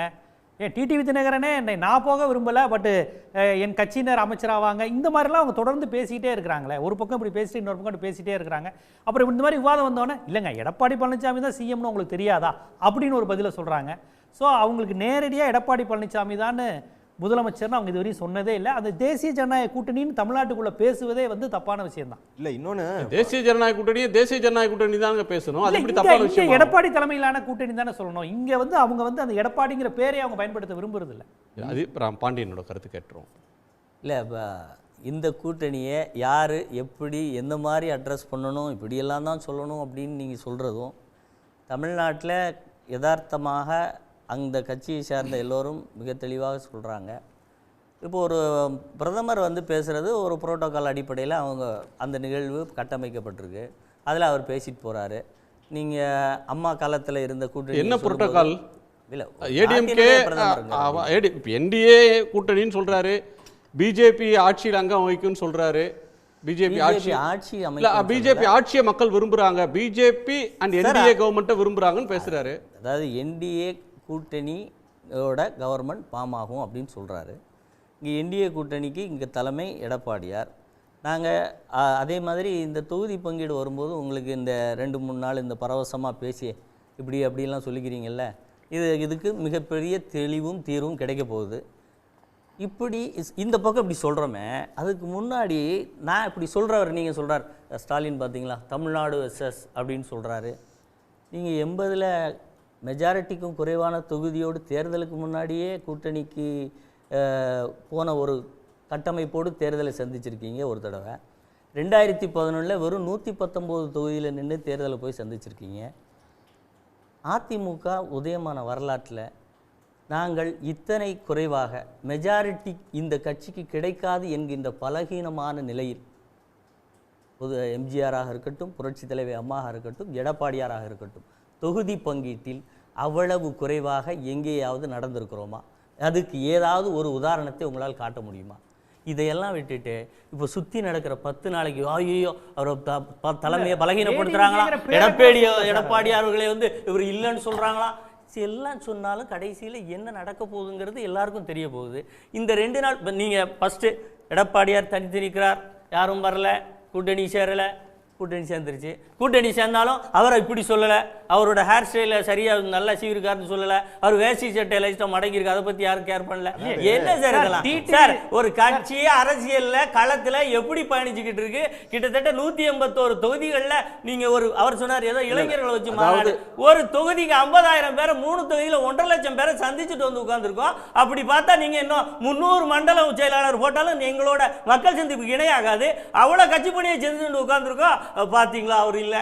இதெல்லாம் அழுகாட்சி கமெண்ட் மாதிரி இருக்கு எனக்கு. சரி, அதாவது மத்திய பிரதேஷ் ராஜஸ்தானுக்கு போய் கூட பிரதமர் அவர்கள் திமுக பேரை சொல்றாரு, ஆனால் தமிழ்நாடுக்கு வந்தால் கூட ஏடிஎம்கே பேரை சொல்ல மாட்டாரு அப்படிங்கிறத நம்ம கேட்குறோம். என்ன சொன்னாங்கன்னா கொள்கை கூட்டணி கிடையாது, இது தேர்தல் கூட்டணி அப்படிங்கிறத அதிமுக தரப்புல மீண்டும் மீண்டும் சொல்லுது. இப்பவும் அதான் சொல்றோம். இப்போ அதான சொல்றீங்க. கரெக்ட். கூட்டணி அமைவதற்கு ஒரே ஒரு நிமிஷம் சார். இல்ல காங்கிரஸ் கொள்கையை கலைச்சிருச்சா, கம்யூனிஸ்ட் கலைச்சிருச்சா, விசிக கலைச்சிருச்சா, இல்ல இவங்க எல்லாம் கலைச்சிட்டு திமுக கொள்கையை ஏத்துக்கிட்டு சொல்லிட்டாங்க? இல்ல சொல்லிட்டாங்க இல்லையா? சொல்லலையா? அதெல்லாம் இல்ல, அவங்க இல்ல சொல்லலையா சார்? காமன் மினிமம் என்னன்றது சொல்றாங்க. காமன் மினிமம் எங்க ஏதாவது ஒரு டாக்குமெண்ட் இருக்கு? ஆன்டி பிஜேபி அப்படிங்கிற ஒரு கான்செப்ட்ல சார் இந்த டகால்டி வேலை, அதாவது சார் பிஜேபி கிட்ட இருந்து நிதியை பெற முடியாமல் 4 ஆண்டு காலம் இந்த திமுக அரசு தோத்து போயிருக்கிறது என்பதை மடைமாற்றி விட்டு பாத்தீங்களா எங்களுக்கு கிடைக்கல, பாத்தீங்களா எங்களை அடக்கிட்டாங்க, அடங்கி போயிட்டாங்க. அது எதுக்கணும் சார்? ஒரே ஒரு திட்டத்திற்கு இதுவரை தமிழக அரசியல் வரட்டால் 63,000 கோடி 63,000 கோடியை நீங்க வேற எந்த ஆட்சி காலத்திலாவது யாராவது வாங்கி வந்திருக்கீங்களா? அது சொல்லிட்டு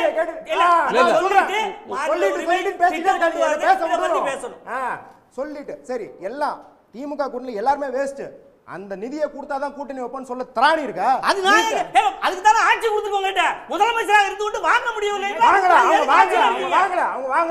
முடியல, வாங்க முடியல. ஆட்சியை விட்டுட்டு சரி எஸ் ஆமா, ஆட்சியை விட்டுட்டு விரட்டுவோம், வாங்குவோம், தமிழ்நாட்டுக்கு திட்டங்களை கொண்டு இருங்க. திருப்பி பதில் சொல்ல விடுங்க, பாயாதீங்க, பதட்டப்படாதீங்க சார், மனப்படம் இல்ல ஒப்பிக்காதீங்க. பதில் சொல்லும்போது நான் அமைதியா இருந்தேன்ல, பதறாதீங்க சார். நான் பேச வரல, நான் பதில் சொல்றேன். அதாவது கூட்டணி அமைவதற்கு 3 வாரத்துக்கு முன்னாடி எஸ்டிபிஐ மாநாட்டில் அப்படியெல்லாம் உற்ற மாட்டோம் அப்படின்னு சொன்னாரு. இன்னைக்கு கொள்கை கூட்டணியில தேர்தல் கூட்டணி வெளிப்படையா இங்க சிஏஏவை ஆதரிக்கிறோமா எதிர்க்கிறோமா சொல்ல சொல்லுங்க. நான் இன்னொன்னு கேட்கிறேன், கேட்காதீங்க சார். நீங்க கேட்டது நான் பதில் சொல்றேன். கூடா நட்பு கேடாய் முடிந்ததுன்னு சொல்லிட்டு அடுத்த நிமிஷமே கூட்டணி சேர்ந்து யாரு கூட போனோம் சார்? நான் திமுக காரன்ல, திமுக வெதிர்த்தறலாம். அப்ப சொல்லுங்க, உட்கார வைக்கலாம், சொல்லுங்க உங்க நிலையை. அப்ப நான் என்ன சொல்றேன்னா, அந்த சிந்தனையர்கள் திமுக இல்ல, நீங்க ஒரு சுதந்திரமான கருத்தாளர். அந்த கருத்து தலைப்பு அதிமுக திமுக, நீங்க திமுக வந்திருக்கீங்களா? அதிமுக நிலைப்பாடு சொல்லுங்க, என்ன போய் திமுக கேளுங்க, அதை நான் கேட்டுக்குவேன். எப்ப திமுக கேள்வி கேட்கணும் எனக்கு தெரியும். அதிமுக கருதுனா உங்களை கேள்வி கேட்கற பதில் சொல்லுங்க. நான் எப்படி பதில் சொல்லணும்னா, டிவிகே மாதிரி கேள்விக்கு நான் பதில் சொல்ல மாட்டேன். நான் அதிமுக இல்ல, இந்த தன்மை கேள்வியுடைய தன்மை அப்படி இருக்கு. டிவிகே மாதிரி இருந்துச்சுன்னா அப்படிதான் கேட்பேன். நான் என்ன சொல்ல வரேன் சார்?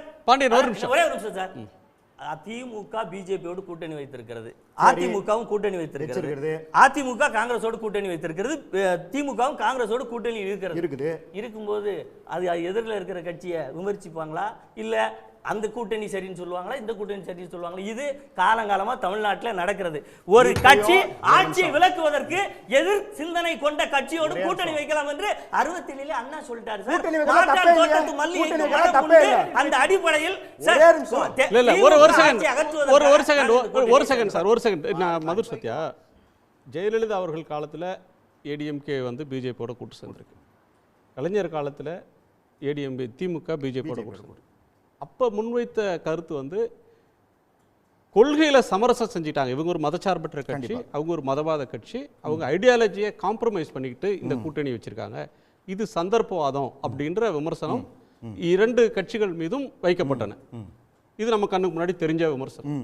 ஆனால் இப்போ ஏடிஎம்கே மேலே வைக்கிற விமர்சனம் வந்து இது சந்தர்ப்பவாதம், கொள்கையை நீங்கள் சமரசம் பண்ணிட்டீங்க அப்படின்றத தாண்டி உங்க அடையாளத்தையே இழந்துட்டீங்க, அவங்க கூட்டணியை அவங்க உருவாக்குறாங்கன்னு வேற ஒரு விமர்சனத்தை முன்வைக்கிறீங்க. ஏடிஎம்கேவை நெகேட் பண்ணிட்டு என்டிஏன்னு ஒன்றை வந்து பெருசா பேசுறீங்க. இல்லை, இப்போ அவருக்கு சொன்னார் இல்லையா திமுக கூட்டணியில் இருக்கிற, இப்போ திமுக கூட்டணியில் இருக்கிற சிபி சிபிஎம் என்ன சொல்லுது? எங்களுக்கு 4 லேபர் கோடு முரண்பட்டது, திமுக தொழிலாளர் சட்டங்கள் முரண்பட்டது, திமுக அதை நடைமுறைப்படுத்தினால் கடுமையாக எதிர்ப்போம், எதிர்த்து போராடவும் செஞ்சாங்க. தனியார் மையத்தை திமுக செய்யும், தனியார் மையத்தை எதிர்க்கணும் வெளிப்படையாக சொல்ல முடியுதுல. அதே மாதிரி கூட்டணியில் அதே போல் கூட்டணியில் தான் அதிமுக இருக்குது. எங்கள் கொள்கை இது, பாஜக கொள்கை சிஏஏ ஆதரிக்கிறது, எங்கள் கொள்கை எதிர்க்கிறதுன்னு வெளிப்படையாக சொல்லுங்க தானே கேட்குறோம். சிபிஐ சிபிஎம்னு சின்ன கட்சி நீங்கள் கலாய்க்கிறீங்கல்ல, அந்த கட்சிக்கு இருக்கிற தாணி கூட உங்களுக்கு இருக்கா அப்படின்றதான் இந்த கேள்வி. நீங்கள் நாட்டை ஆள துடிக்கிறீங்க, 32 வருஷம் ஆண்டிருக்கீங்க, 4 வருஷம் முதலமைச்சராக இருக்கார் எடப்பாடி அவர்கள்.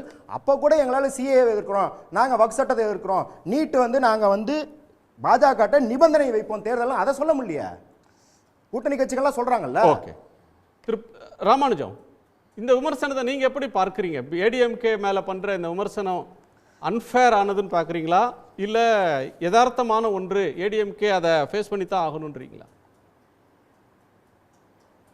அதாவது ஒரு விஷயத்தை தெளிவுபடுத்திருந்தேன். சிஏஏ பற்றி நாடாளுமன்றத்தில் வரும்போது வெளிநடப்பு செய்தது அதிமுக. அப்பொழுது அவர்கள் எதிர்த்து வாக்களித்திருந்தாங்கன்னா அந்த சட்டமே அந்த பிரச்சனையே வந்திருக்காது. அன்று வெளிநடப்பு செய்தார்கள். அன்றிலிருந்து சிறுபான்மையினரோட வாக்குகளை இழந்துட்டாங்க. அதுக்கப்புறம் ஒரு தேர்தலில் அதிமுக தனிச்சு போட்டிட்டாங்க, பாஜக இல்லாமல். திரும்ப இப்போ பாஜக அவர்களோட சேர்ந்துருக்கிறாங்க. இது ஒரு முரண்பட்ட கூட்டணின்னு எடுத்துக்கலாம். இன்னொன்று, இந்த கூட்டணிக்கு தேசிய ஜனநாயக கூட்டணிங்கிறத சொல்றதுல எனக்கு எந்த விதமான தவறும் தோணலை. ஆனால் அதே நேரத்தில் அந்த கட்சியினுடைய தலைமை அதிமுகவாக இருக்கும் பொழுது பாஜக சார்பில் பேச்சுவார்த்தைக்கு ஒரு குழு அமைக்கிறோங்கிறாங்க.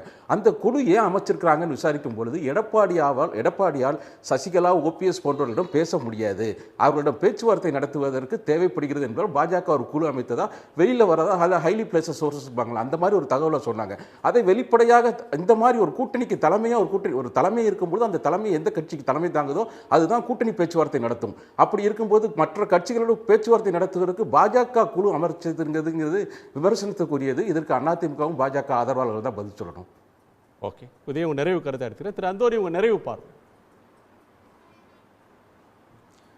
தமிழக வெற்றி கழகம் ஒரே முடிவில் தான் இருக்காங்க. ஆரம்பத்தில் கட்சி ஆரம்பித்ததுலேருந்தே அவங்க இருக்கிற ஒரே நிலைப்பாடு தான். நாங்கள் கட்சி ஆரம்பிச்சிருக்கோம், இங்கே எல்லாருடைய எதிர்பார்ப்பு இந்த சின்ன சின்ன கட்சிகள், கூட்டணி கட்சிகளுடைய எதிர்பார்ப்பு என்ன, ஆட்சியிலையும் பங்கு அதிகாரத்திலையும் பங்குன்னு எதிர்பார்க்குறாங்க. எங்களோட வந்தீங்கன்னா உங்களுக்கு வாய்ப்பு இருக்குது, நாங்கள் கொடுக்குறோம் அப்படின்னாங்க. அது இந்த கட்சின்னு குறிப்பிட்டு எங்கேயுமே சொல்லலை. ஃபஸ்ட்டு அவர் மேடையில் சொல்லையில், அதுக்கடுத்து நம்மளை சார்ந்த நபர்கள் சொன்னாங்க. அது எந்த கட்சியாக இருந்தாலும் சரி. ஒன்று. ரெண்டாவது, அதிமுகவை ஒவ்வொரு மேடையிலையும் விமர்சனம் பண்ணுறாங்க, ஒவ்வொரு இதுலையும் விமர்சனம் பண்ணுறாங்க. அந்த விமர்சனங்களை இத்தனை நாள் தாங்கி கொண்டாங்க. அது என்ன நோக்கம் அப்படிங்கிறது அவங்களுக்கு தான் தெரியும். ஏன்னா பொறுமை, அவங்களும் விஜய் அண்ணனை விட அதிகமாக பொறுமையாக இருந்திருக்காங்க இத்தனை நாளும்.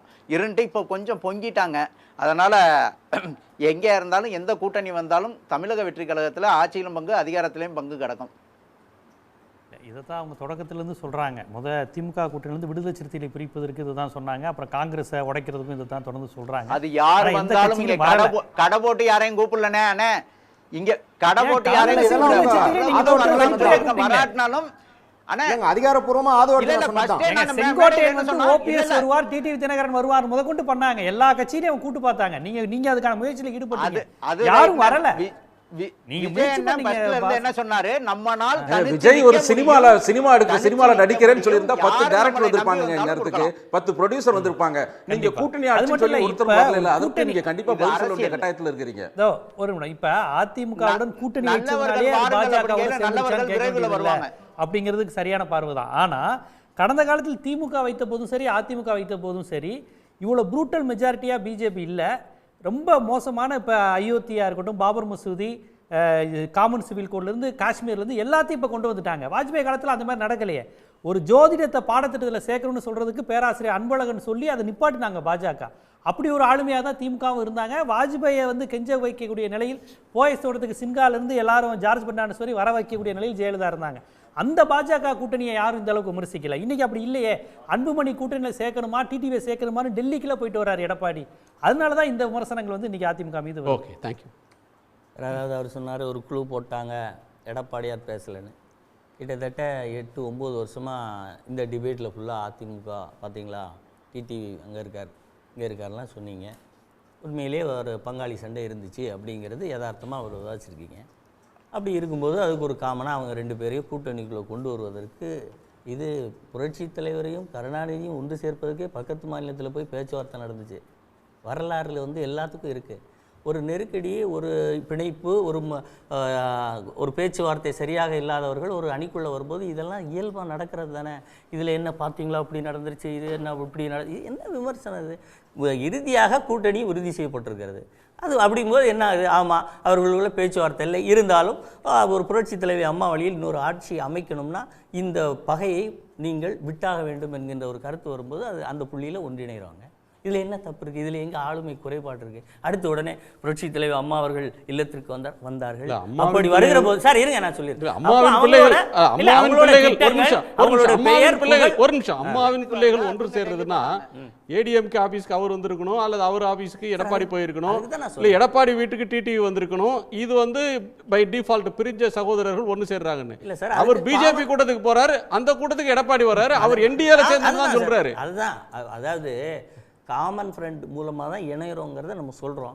இதில் வந்து இதில் எங்கே ஏதோ ரகசியமாக நம்ம கண்டுபிடிச்சிங்க பார்க்கலாம். காமன் ஃப்ரெண்ட் சொல்கிறீங்க. பிஜேபி இருவரையும் சேர்த்து வைத்தது கூட எடுத்துக்கோங்க. இரண்டு சகோதரர்கள் பிரிச்சது அவங்க தானே. பாஜக தானே மக்கள் மனசுல இருக்கு. அதிமுக சிதற காரணமே பாஜக தானே. ஓகே, இல்ல பாஜக இன்னைக்கு அதாவது அதிமுக 4 துண்டுகளா செதறதுக்கு காரணமே பாஜக தான்ங்கற குற்றச்சாட்டு பல நாட்களா மக்கள் மத்தியிலே இருக்கு. அதுக்கு பதில் சொல்லுங்க. அப்புறம் அவங்க காமன் ஃப்ரெண்டா இல்லையான்னு சொல்லுங்க. 2019ல நாடாளுமன்ற தேர்தலோடு 22 சட்டமன்ற தொகுதிக்கு இடைத்தேர்தல் வந்து நீங்க சொன்ன மாதிரி பிக்கல. அதிமுக ஆட்சிக்கு எந்த நெருக்கடியும் பிஜேபி கொடுக்கல. மற்ற மாநிலத்தில் அவங்க என்ன வேணாலும் செய்யலாம். தமிழ்நாட்டில் அவங்களோட அணுகுமுறை அதிமுக பெரிய கட்சி, அதை ஒன்றும் செய்ய முடியாது என்பதில் தீர்க்கமா இருக்காங்க. அதாவது அண்ணன் பேசும்போது வந்து பிஜேபி வந்து திமுக எவ்வளோ வலுவாக ஹேண்டில் பண்ணாங்கன்னு சொன்னார். திமுக விட்டுருவோம். 2024 தேர்தலின் போது சிவி சண்முகம் பேசுகிறாரு அண்ணாமலையை பார்த்து, ஏன்டா நீங்கள்லாம் எங்களை பற்றி பேசுகிறீங்க, உங்கள் அப்பா வாஜ்பாயே தூக்கமெல்லாம் பண்ணவங்கடா நாங்கன்னு அப்படி பேசுகிறாரு. அந்த அதிமுக தான் இந்த அதிமுகவா அப்படிங்கிறத நம்மளுக்கு கேள்வி. ஏன் இந்த அளவுக்கு லோவாக போனோம், அவங்க தரம் தாழ்ந்து போனோம் அப்படின்னா அதிமுகவுக்கு அது தொடக்க காலத்திலிருந்தே கொள்கை அதெல்லாம் இருக்குது, கட்சி பணியெல்லாம் இருக்குன்றதை தாண்டி எப்பவுமே திரைப்பிரபலம் அவர்களுக்கு தேவைப்பட்டிருக்கிறது. அது இல்லாத போது தான் 19, 21, 24 தோற்கிறாங்க. அந்த திரைப்பிரபலம் அந்த கேப்பை ஃபில் பண்ணுறதுக்கு விஜய் வருவார்னு நினச்சாங்க, வரலை. இன்னமும் சொல்கிறேன், இன்னொரு திரைப்பிரபலம் ஏதாவது ஆதரிச்சா மட்டும்தான் அதிமுக வந்து செல்ஃப் எடுக்க மொழிய அந்த திரைப்பிரபலம் இல்லாமல் அந்த ஒரு ஈர்ப்பு இல்லாமல் அதிமுகவால் மக்களிடம் செல்ல முடியாது. நன்றி, எல்லோருக்கும் நன்றி. மீண்டும் சந்திப்போம். இது கேள்விக்களம், மக்களின் மேடை.